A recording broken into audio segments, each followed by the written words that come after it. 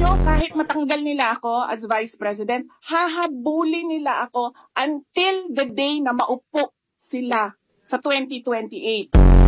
Is revenge from the grave a crime?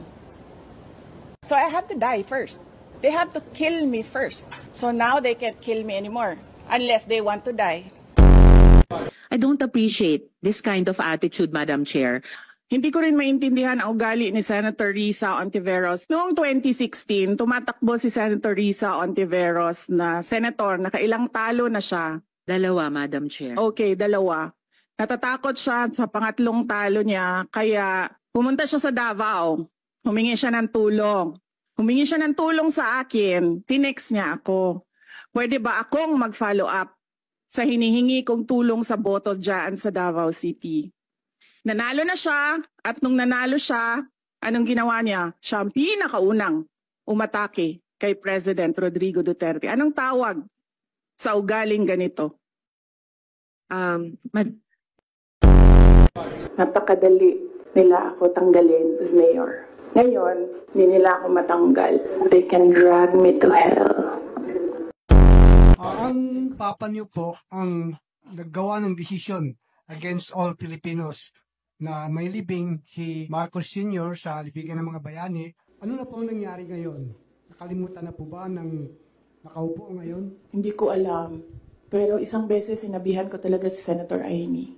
Sabi ko sa kanya, kung hindi kayo tumigil, huhukayin ko yung tatay ninyo. Itatapon ko siya sa West Philippine Sea. Nandun pa yun sa group chat. Merong mga nakakita. Is this part ba of what you said earlier? Let's stick to the plan. BBM or Martin Romualdez? No. Okay. No, I will not attend the SONA. I am appointing myself as the designated survivor. They have never seen a politician who has nothing to lose na IDGAF. Ginagawa niyo akong diversion? Wala. Talo na kayo. Masakit sa akin, Martin, hindi yung pagsira ng pangalan ko eh.